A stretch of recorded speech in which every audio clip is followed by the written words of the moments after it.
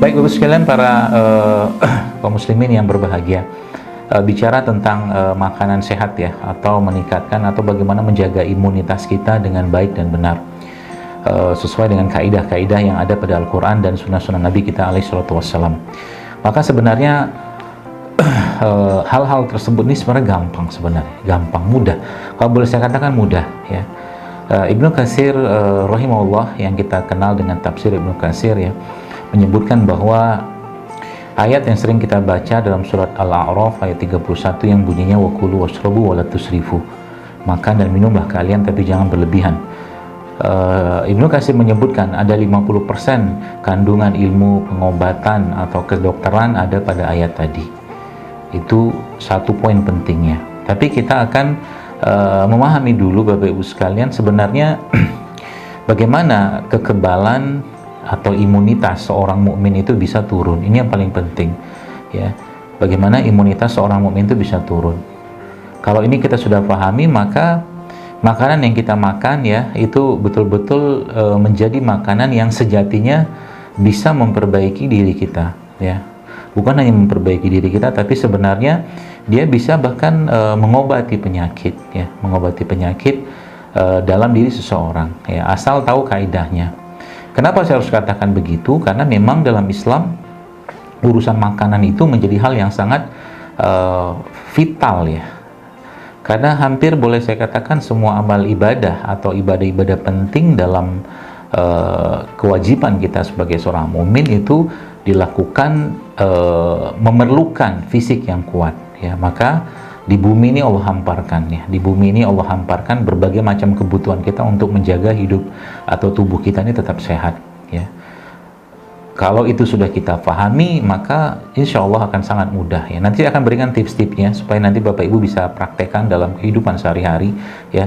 Karena bukan nakut-nakutin sih ya, tapi kabar-kabarnya juga wabah ini pun kita tidak tahu sampai kapan.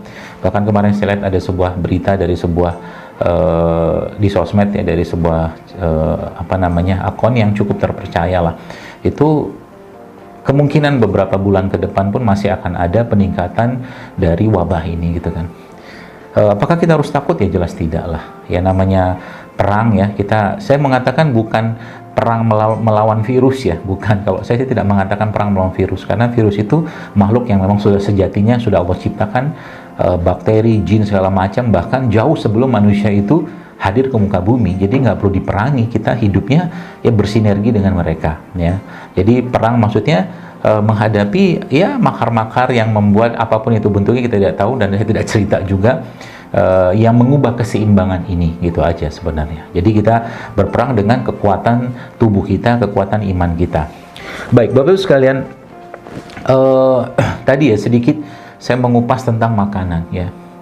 Ibnu Qayyim rahimahullah menyebutkan bahwa ada dalam kitab Ad-Da'a wa Ad-Dawa itu menyebutkan ada 5 hal yang menyebabkan lemahnya iman seseorang ya, lemahnya iman seseorang. Salah 2 dari hal tersebut adalah terlalu banyak makan ya, terlalu banyak makan dan terlalu banyak bicara yang nggak bermanfaat ya. Jadi 2 hal tadi itu sebenarnya dibahas oleh para ulama, dan dalam Al-Quran pun sama ya, membahas hal tersebut. Yaitu sebabnya kalau kita lihat penyakit-penyakit, kalau kita lihat mungkin kita sedikit mundur ya ke zaman keemasan Islam ya, peradaban generasi emas Islam yang hampir 1300 tahun Islam memegang peradaban dunia dengan kebaikan, dengan kedamaian, kesejahteraan. Itu kalau mungkin kita kembali ke zaman para sahabat ya, atau mungkin generasi terbaik itu ya, yaitu generasi sahabat, generasi tabi'in ya, itu saya sangat yakin, memang tidak ada datanya, saya sangat yakin tidak banyak penyakit-penyakit degeneratif di zaman itu ya. Degeneratif itu stroke, darah tinggi, kencing manis ya, seperti itulah, atau penyakit jantung, atau penyakit-penyakit yang sebenarnya penyakit tadi muncul gara-gara apa? Gara-gara berlebihannya seseorang dalam urusan makan. Salah satunya itu, salah satunya. Banyak lagi penyebab yang lain ya. Saya melihat itu ya. Jadi fenomena-fenomena berlebihan ini sebenarnya menjadi suatu masalah besar ya. Artinya apa? Makanan yang dimakan seseorang itu Bapak Ibu sekalian, itu bukan cuman berefek ke tubuhnya katakanlah dalam meningkatkan imunitasnya kalau seandainya dimakan dalam jumlah yang proporsional. Tapi justru malah kalaupun yang dimakan itu baik ya, yang dimakan itu baik, dan jika berlebihan saja, contoh mungkin kurma baik, tapi ketika orang suatu hari makan kurma 1 kilo, yang mungkin madu 1 liter, masalah juga buat badannya, kan gitu ya. Nah, makanya dalam Islam konteks makan tuh kan dijelaskan oleh Nabi kita SAW. Nabi menjelaskan bahwa sepertiga untuk makan, sepertiga untuk minum, sepertiga untuk udara. Ini kita pakai pedoman ini saja Bapak Ibu sekalian, sebenarnya sudah sangat luar biasa ya, sangat luar biasa badan kita. Artinya apa? Makan bukan untuk kenyang. Itu yang poin paling pentingnya. Makan bukan untuk kenyang. Tapi maka mungkin kalau Bapak Ibu lihat dalam pelajaran ilmu orang-orang yang lagi bodybuilding atau apa segala macam, atau mungkin mau lose weight atau kehilangan atau mengurangi berat badan, ada satu kaidah yang mereka sebut dengan kalori defisit. Jadi kebutuhan rata-rata manusia dewasa satu hari sehingga saya itu sekitar 2000 sampai 2200. Kalau itu dikurangi 500 sehari, katakanlah dia nggak makan sampai jumlah itu, maka subhanallah, masya Allah, ada bagian tubuhnya dipakai sebagai bahan bakar ya. Yaitu lemak ya, terutama lemak. Kalau itu dipakai sebagai bahan bakar, maka bukan cuman tubuhnya menjadi berenergi, sel-sel yang rusak, sel-sel yang katakanlah bermasalah, atau mungkin metabolisme yang mampet dalam badannya, itu dibersihkan semua dengan proses atau konsep kalori defisit tadi. Maka bacalah dalam hadis dan lihatlah dalam apakah Nabi kita SAW pernah berlebihan dalam urusan makan atau bahkan kenyang. Bahkan disebutkan dalam sebuah riwayat Nabi kita SAW itu bahkan pernah 1 bulan penuh ya bersama istri beliau Aisyah radhiyallahu anha, itu disebutkan bahwa Nabi kita SAW itu 1 bulan penuh itu cuma makan kurma sama air. Saya membayangkan kalau orang cuma makan kurma sama air, memang mungkin tidak akan terpenuhi kebutuhan kalorinya ya. Karena berapa banyak juga bisa makan kurma 1 hari ya.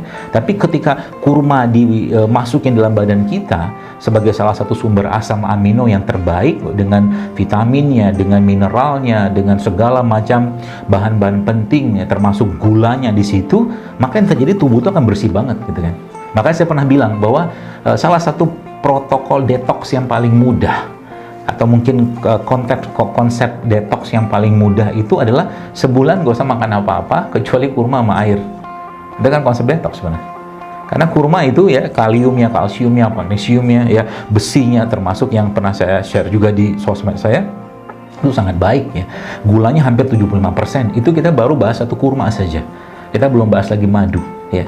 Kenapa banyak masalah sekarang? Nah, ini jadi masalah. Jadi kalau kita kembali ke konsep makanan dan iman tadi Bapak sekalian, sejatinya kan kita kan pengennya makan yang enak-enak terus ya, sejatinya manusia.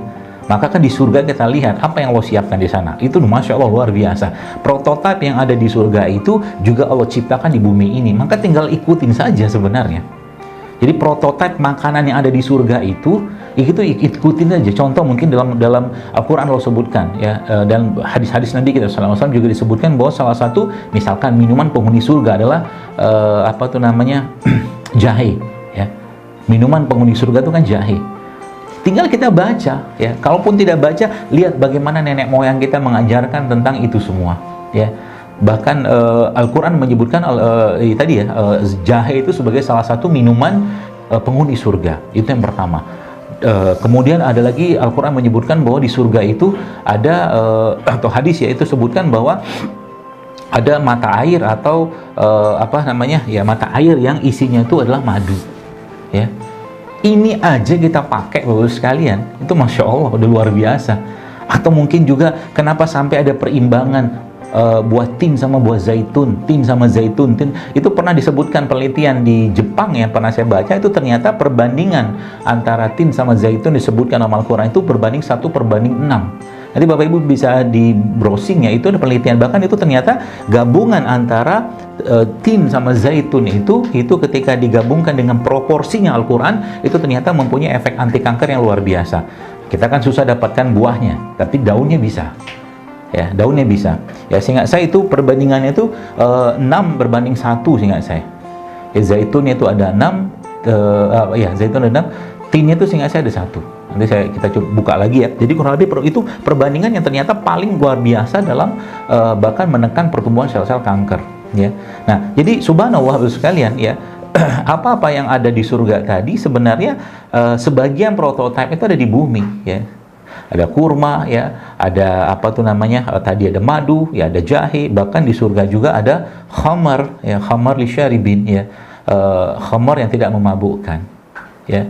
Maka Nabi pernah menyebutkan, ya, tentang itu. Salah satunya adalah apa tuh namanya, sebaik-baik lauk adalah cuka, ya. Maka cuka itu kan proses fermentasi, ya, proses fermentasi, dan cuka itu mengandung bakteri yang baik untuk tubuh kita.